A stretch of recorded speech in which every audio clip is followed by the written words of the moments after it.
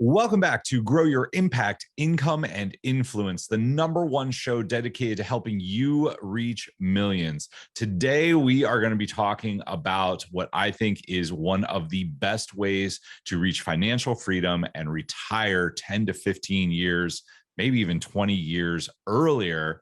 Chris Eymann, my guest today, has done more than 12,000 deals in 24 years. He knows a little bit about wholesaling and real estate. This is a great place for anyone looking to get started in real estate to get started. He splits his time between Arizona and Florida. Chris, welcome to the show. How are you doing today? I'm doing great. Thanks for having me on. It is my pleasure. So Chris, people have heard about wholesaling. I know a lot of people remember probably like Carlton Sheets and some of the old timers. Sure. That promised like get rich in real estate, but you actually did this. You started 24 years ago. How did you get started in wholesaling? So I started in Phoenix. I'm one of those natives from Phoenix. Not very many of those guys out there. When I was in that town, I think when I was born, there was less than 1 million people. Right now, it's booming.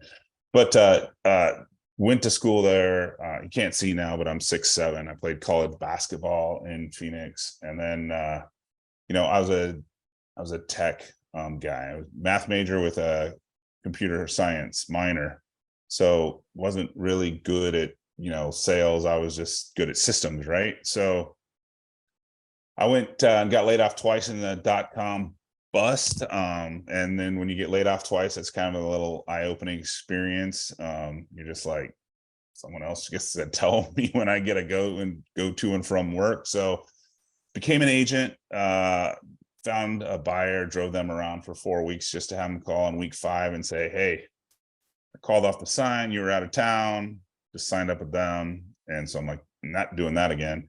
Then I got a listing and I sold it like that weekend and made like $9,000. And I'm like, wow, how do I get listings?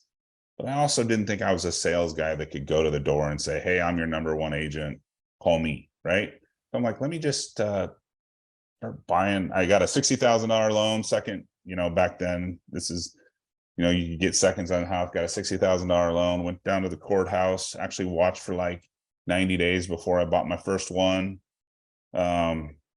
Fixed and flipped that one. Got 2 more, fix and flip that one, then just started telling everybody, remember, this is now 2000.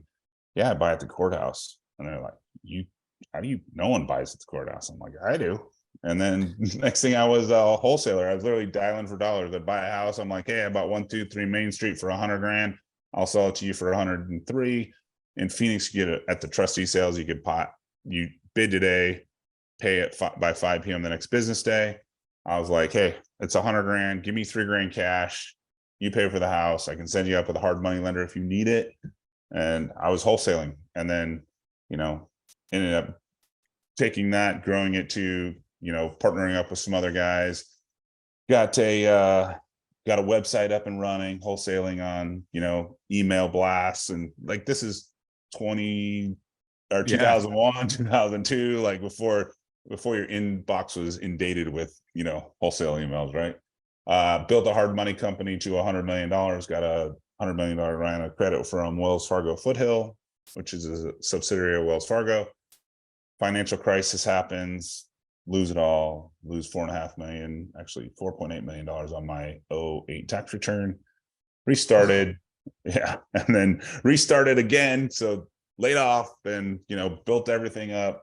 I mean, I was literally under contract with a group in Citibank to sell. This is 2007 for $50 million. I'm only a 25% owner, but still 25% of 50 million is and then we went under contract May 1st. The financial crisis, secondary market quit buying paper basically end of July 2007. And the writing was on the wall then. And so then I restarted over. I lost $1 million of friends and family money. It took me 7 years to pay that back. And yeah, so now I'm just plugging away. Won't sign any more personal guarantees. Okay, there you go. That's the story. The thing that I want to point out for people listening, one, anyone who thinks entrepreneurship is easy, like, oh my goodness, you reach $1 million and things must just be like the golden road cakewalk. Yeah. As you No. make more money, this is something I had to learn myself. As you make more money, the problems that you solve get bigger and more difficult. But we love solving problems, right? Like that's what Yeah. entrepreneurship, business ownership is, solving problems. And once you solve the boring problems, you get more complicated problems. Yeah, exactly. The other thing, one of the things that I heard from Joe Polish, one of my mentors, he told me, he was like, you don't want to do business with somebody that hasn't cycled once. And I said, well, what does cycle mean? And he's like, somebody that has ridden the wave up and then crashed and burned. You're always going to have ups and downs, but somebody that recovers from that is the person that you want to do business with, because they're not scared anymore. They're not worried about losing it. They know they can rebuild it. And that's who you want as a partner or somebody with you. So, I mean, I think a lot of people had tough times during 2007 and 8. I sold all my real estate in 2006. I kind of saw it coming. I also was burned out on being a landlord. I did the buy and hold strategy, and I just liquidated everything. I was lucky. I wasn't trying to time the market, man. So now you're here. That's my good dog. I don't know if you can hear Addie, but yeah, sounds like my dog. Is it a poodle? So here you are, successful real estate investor. I would love to talk about mindset a little bit. What allowed you to be super successful and like spring back? Like when you see a big tax bill, you're seeing the market go down. What allowed you to have that resiliency? I don't know. I just don't like to. I mean, I don't take failure as an option, I guess. It just doesn't click for me. And I'm actually kind of I'm in that little step right now where I'm seeing a little bit of failure, and I'm not used to it. So it's just not something that just clicks for me. I always just power through. I obviously, there's probably some, tips and tricks, and like you said that you do some coaching, right? Some coaching stuff. So like, obviously, there was no coaching for this back then, right? or very little coaching for this back then. So you just kind of had to power through it versus like, these people can reach out to you and get systems set up and all that kind of stuff. Me, it was just like, my first mailer, $10,000, boom, like no calls, clearly mailed before I figured out, like, because that's where I wanted to buy, in these nice areas and where these nice homes were. That's where I wanted to, do my deals. Realize you don't mail to the nice homes. Clearly, Right. just a $10,000 waste of money. Well, it was a lesson. It was a $10,000 lesson. You took that class, right? Yeah. I mean, I always tell people, like, I don't think college is the best place to spend your money, but you're going to spend that money to learn. So if you set that up as like, hey, I might go spend $5,000 or $10,000. Tim Ferriss taught me that. He said, Tim said, I wanted to go into business. I want to go in the world of business. I looked at, I can get an MBA for $150,000, or I can take $150,000. How will I use that in the real world to learn? You took 10K and you learned. Don't mail the fancy houses. Exactly. Pretty good. I got 2 calls. Well, you know what? One of those calls could have been worth like 50K. You never know. For sure. Yeah. No, it was. But, and then also, once again, I didn't even have the sales. Like, when you're a foreclosure guy, it works for the math brain, right? You're just running numbers. It's just, you're running your calculator in your head. Gonna sell for this. I got this much rehab to do. Got this much carrying costs. I got to buy it for this, right? So versus like, having good sales skills, having your sales system to go talk to your sellers, all that kind of stuff. So. Got it. So you said you're struggling a little bit right now. You're seeing a little bit of failure in the marketplace. Do you think it's just due to, like, quote unquote, the recession? Is it stuff changing in the marketplace? Is it interest rates? What's going on right now? No. So interestingly enough is, I was always the operator. I was the guy at the trustee sale. I was the dispo guy. I sold all the stuff, with acquisition guys in the wholesale business, you're teaching them the business. And if they have any entrepreneurial, drive at all, you kind of almost teach your competition, because they come in for a year or two, they learn all the systems, the sales tactics, and they're like, I'm only getting 25%. Like I could get 100%. They don't, obviously, generally these are younger kids like that with some good sales skills. They don't realize there's more to running a business, and having, having 40 houses under contract, that could be a couple $100,000 in earnest money, right? For sure. They forget about that, right? So anyway, my son graduated from U of A. My nephew graduated from U of A. So I actually plugged them into as my acquisition guys like 3 or 4 years ago. So I've actually tried to jump into a little bit of this online coaching. So, spending money on, Facebook and having the funnel and, all the different stuff. And it's just like, and it's, and I'm friends with a lot of the, I guess, influencers, if you will, in the wholesale space, not necessarily the multifamily space. And they're like, Chris, you got to do it. You got so much knowledge. And I'm just like, but I don't know, maybe I just don't sell good on camera or something like that. I'm not getting the conversion they said I would. They're like, it's a 5X. And I'm like, I'm breaking even. And I'm not into deals to break even. Fair enough. I mean, it's, having been in digital marketing for better part of 10 years, I will tell you, it is a rep game, just like anything else. You're going to learn, you're going to get better. You look at, I'll just give you you look at Robert Kiyosaki when he first started. Like if you can go back, you can still find some of the videos of him from like 98, 99, like right when Rich Dad was coming out. He wasn't personable. He wasn't good on stage. He wasn't good at building rapport. He wasn't a good speaker. You look at him 2014, 15, 16, whole different thing. And it's because he got coaching. 2, he got a gazillion reps. He just put in the reps. He got better. He paid attention to it. And it's the same thing. Digital marketing, this is what we always tell digital marketing people. Like if you started in 2005 or 6, the world was wide open. I mean, you talked about how email boxes weren't crowded and it was just a different landscape. Nowadays, everybody has an online course. They're doing something. They're talking. People's Instagrams, people's YouTubes, they're all super polished. They're well edited. The bar is a lot higher. And yeah, for sure. That's just part of the game. You just got to learn it, but you'll get there because I know you have the knowledge. So let's go back to wholesaling. Let's give you a chance to put some of this knowledge on display. Where should people get started if they're jumping into the game and they're looking to get started in wholesaling? Where should they start? Well, so obviously you need to just generate leads, right? So there's two different avenues there. You can either generate free leads, which you got to do your time, or you generate leads. And I always tell people, if you're gonna do paid leads, use a virtual assistant, do some cold calling, do some outbound texting, do something like that. Because like you said, you need to get your reps in. If you're going to do paid leads, it might be pay-per-click or something like that to bring in your leads. You need to have like you said, you need to have your sales skills polished, because like, let's just say a cold call lead might cost you $30, right? A pay-per-click lead might cost you $1,000, right? So, right.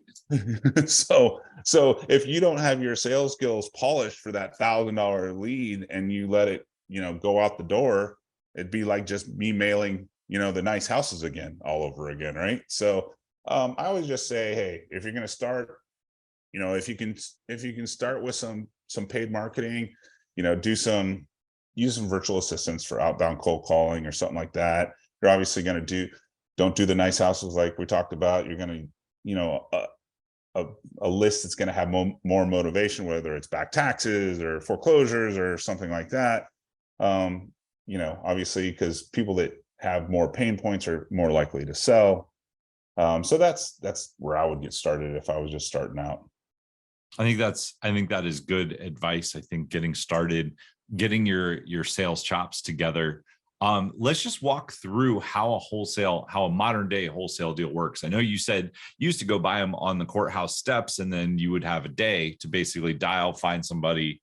They would pay you $3,000 in the middle, basically for going to the courthouse. How does a deal work nowadays? How is it different?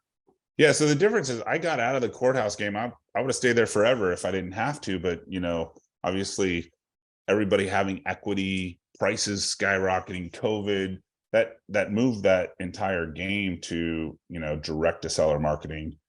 Whether you're putting on a commercial or doing pay per click, or you are sort of, that's not direct to seller, that's more the seller coming to you, but or you're doing outbound calling or whatever your marketing strategy is. Now it's just you do that, and then kind of in our deal, we do a variety. We're not just trying to send every lead through the wholesale pipeline, because not everybody wants to sell at 60 cents on the dollar, right? So Right. we take that lead, and then we're trying to be the seller's problem solver, if you will. Here's the cash price. That's where we can start for sure. 100% we can do that. Then we do a novation conversation if they need a little bit more and I can't get to their price, so we convert it to that. And then if it's if it's not something that they have a whole lot of equity in or something like that, and neither of those conversations work, then we switch to like a creative finance situation where oh, you got a 3% mortgage but you don't have a whole lot of equity. Well, we can probably make that work. We're just going to need maybe for you to leave your mortgage in place, and then we can make that happen and balloon that out over like a 5 to 7 year time frame. So it's actually 3 conversations now. It's not just the wholesale conversation with everybody in the space. Just like like you said, all the mailboxes are being full. If you just know one solution, I think I make fun of my friends that are agents. I'm like, you should take my online class just to understand everything. So when you're an agent at the door, you understand what some of your competition is saying. At least be able to speak to the talking points that they're going to come to you with, and help walk them through that conversation. Just ignoring that and forgetting about it isn't going to work for very much longer, I don't think, anyway. Yeah, I think I would agree. We are past the information age and we are into the influence age, and everybody expects you to know everything because it's only a click away. You need to have, like, where you used to be able to get away with, oh, I haven't really looked at that much. Like, now you need to have at least a general understanding of pretty much everything in order to handle objections and in order to sound competent. I would agree with both of those. Yeah. So we're kind of not a wholesaler. And what's great about like all these big box buyers that came to town, Open Door, OfferPad, Zillow, they kind of took my industry from this cottage bad boy industry, like, to real world today. Yeah. Yeah, absolutely. Hey, so like, I've been doing this for 20 years. You just thought I was the bad guy before, but now that everybody does it, I'm just a boutique shop, one of those, right? I'm just, my favorite, I forget who put out I think it was some influencer who was talking about Zillow. They're like, in the Phoenix area, Zillow only closed 1 out of every 200 leads they had for the cash buyers thing. But what did they get? We got 199 other people that said, I want to sell my house, right? So it's just like, yep. So it's just like, they're figuring out how to use the leads in multiple ways, which is the key. Exactly. So that's the same thing here. It's like, hey, we have a lead. If they don't have any equity, we could do some seller financing or something like that, or a subject to, and then sell it on a seller financing. That's kind of like been my like new staple in 2023. We've been grabbing some houses because there's a lot of fear factor out there right now. So when that happens, you can buy at a deeper discount. Hard to buy at a deep discount when everybody can put it on MLS and it's going straight up, right? So we get some of these deals that, there's some fear factor. Say round numbers would buy a house worth 30 grand for 20 grand, but it's relatively clean house. We've been just putting, paint carpet in it, going to the local business bank that we have a relationship with. I'm a hard money lender too, so I have a large deposit on with them. I refinance out for basically 100%, and then I sell it to the penalty box buyer for 300 at 9. I get it from the local business bank at 6. I sell it to them for 9. I add like 80,000 to my balance sheet and create like $800 to $1,000 in cash flow. And So that's kind of like another little strategy that we're currently, pushing through, because it, I think obviously that's I think that's a really good strategy, and we're just going to see more of that as the economy changes. Yeah. And as part of that wholesale conversation now is, if you can't get to their number, a lot of people have equity. It'd be like, all right, well, I can get to your number if maybe you leave your equity as a second in the deal, and I could create some creative finance strategies, and I leave your first in place, and because sometimes they want retail, but I can't give you retail if